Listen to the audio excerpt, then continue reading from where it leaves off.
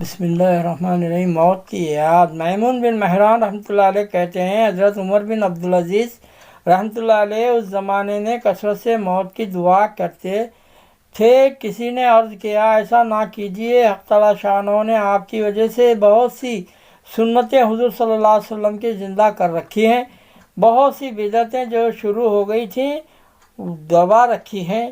فرمانے لگے، کیا میں صلح بندہ حضرت یوسف علیہ نبی علیہ السلام کی طرح نہ بنوں جنہوں نے یہ دعا کی تھی، اے اللہ مجھے اسلام کی حالت میں موت عطا فرما دے اور صالحین کے ساتھ ملا دے۔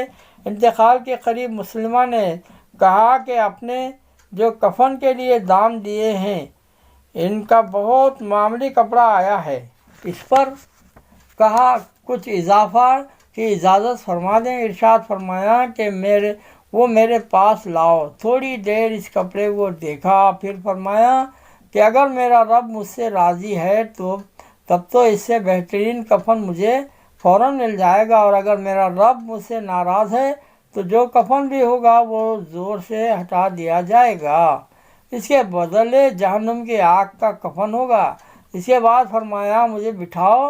بیٹھ کر فرمایا، اللہ تو نے مجھے جن چیزوں کے کرنے کا حکم دیا مجھ سے تعمیل نہ ہو سکی، تو نے جن چیزوں کو منع فرمایا مجھ سے ان میں نافرمانی ہوئی، لیکن لا الہ الا اللہ۔ اس کے بعد انتقال فرمایا۔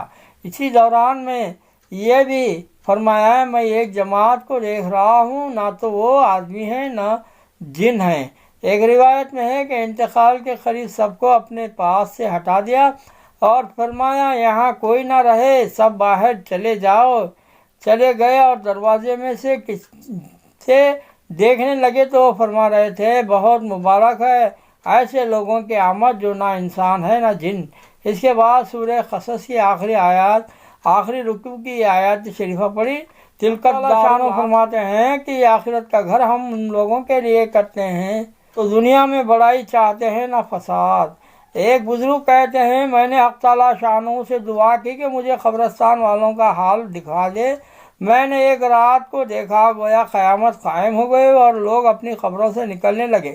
ان کو میں نے دیکھا کہ کوئی تو سندس پر جو ایک خاص اعلیٰ قسم کا ریشم ہے سو رہا ہے، کوئی ریشم پر ہے، کوئی اونچے اونچے تخت پر ہے، کوئی پھولوں پر ہے، کوئی ہنس رہا ہے، کوئی رو رہا ہے۔ میں نے کہا، یا اللہ اگر یہ سب ایک ہی حال میں ہوتے تو کیسا اچھا تھا۔ ایک شخص نے ان مردوں میں سے کہا، یہ اعمال کے تفاوت کی وجہ سے ہے، سندس والے تو اچھی عادتوں والے ہیں اور ریشم والے شہیدہ ہیں، اور پھولوں والے کثرت سے روزے رکھنے والے ہیں، اور ہنسنے والے توبہ کرنے والے ہیں، اور رونے والے گنہگار ہیں۔ وہ اعلیٰ مرتبے والے یہ غالباً اونچے تخت پر والے ہیں، وہ لوگ ہیں جو اللہ تعالیٰ شانہ کی وجہ سے آپس میں محبت رکھتے تھے۔ ایک کفن چور تھا، وہ قبریں کھود کر کفن چرایا کرتا تھا۔ اس نے ایک قبر کھودی تو اس میں ایک بیٹھے ہوئے دیکھا، قرآن پاک ان کے سامنے رکھا ہوا، وہ قرآن شریف پڑھ رہے ہیں اور ان کے تخت کے نیچے ایک نہر چل رہی ہے۔ اس شخص پر ایسی دہشت طاری ہوئی، بے ہوش ہو کر گر پڑا۔ لوگوں نے اس کو قبر سے نکالا، 3 دن بعد ہوش آیا۔ لوگوں نے قصہ پوچھا، اس نے سارا حال سنایا۔ بعض لوگوں نے اس قبر کے دیکھنے کی تمنا کی۔ اس سے پوچھا گیا کہ خبر بتا دے۔ اس نے ارادہ بھی کیا کہ ان کو لے جا کر خبر دکھاؤں۔ رات کو خواب میں ان خبر والے بزرگ کو دیکھا، کہہ رہے ہیں، اگر تو نے میری خبر بتائی تو وہ ایسی آفتوں میں پھنس جائے گا، یاد کرے گا۔ اس نے عہد کیا کہ نہیں بتاؤں گا۔ شیخ ابو یعقوب سنسائی رحمۃ اللہ علیہ کہتے ہیں کہ میرے پاس ایک مرید آیا اور کہنے لگا کہ میں کل کو ظہر کے وقت مر جاؤں گا۔ چنانچہ دوسرے دن ظہر کے وقت مسجد حرم میں آیا، طواف کیا اور تھوڑی دور جا کر مر گیا۔ میں نے اس کو غسل دیا اور دفن کیا۔ جب میں نے اس کو قبر میں رکھا تو اس نے آنکھ کھول دی۔ میں نے کہا کہ مرنے کے بعد بھی زندگی ہے؟ کہنے لگا کہ میں زندہ ہوں اور اللہ کا ہر عاشق زندہ ہی رہتا ہے۔ ایک بزرگ کہتے ہیں کہ میں نے ایک مرید کو غسل دیا، اس نے میرا انگوٹھا پکڑ لیا۔ میں نے کہا کہ میرا انگوٹھا چھوڑ دے، مجھے معلوم ہے کہ تو مرا نہیں ہے، یہ ایک مکان ہے، دوسرے میں انتقال ہے۔ اس نے میرا انگوٹھا چھوڑ دیا۔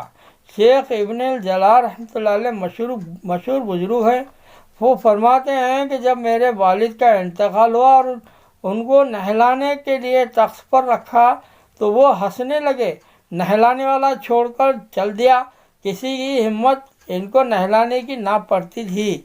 اور ایک اور بزرگ ان کی رفیق آئے، انہوں نے غسل دیا۔ بہت سے واقعات ان مرمٹوں کے مرنے کے ایسے لکھے ہیں جن سے ان کا مرنے کے وقت اور مرنے کے بعد نہایت بشاش ہونا، ہنسنا، مذاق کرنا، لطف اڑانا معلوم ہوتا ہے۔ مرنے کے بعد کے کلام کرنے کے بعض واقعات حافظ ابن عبد البری رحمۃ اللہ علیہ نے اس میں بھی ذکر کیے ہیں۔ حضرت زید بن خارجہ رحمۃ اللہ عنہ کے ترجمے میں لکھتے ہیں کہ اس میں اختلاف نہیں ہے کہ انہوں نے مرنے کے بعد کلام کیا، اور اسی طرح بعض سے بھی نقل کیا ہے کہ غزوہ موطا میں جب صحابہ اکرام رضی اللہ عنہ جانے لگے تو لوگوں نے ان جانے والوں کو خیر و سلامتی کے ساتھ آپسی کی دعائیں دینی شروع کی۔ اس پر حضرت عبداللہ بن رواحہ نے اس وقت 3 شعریں پڑھے۔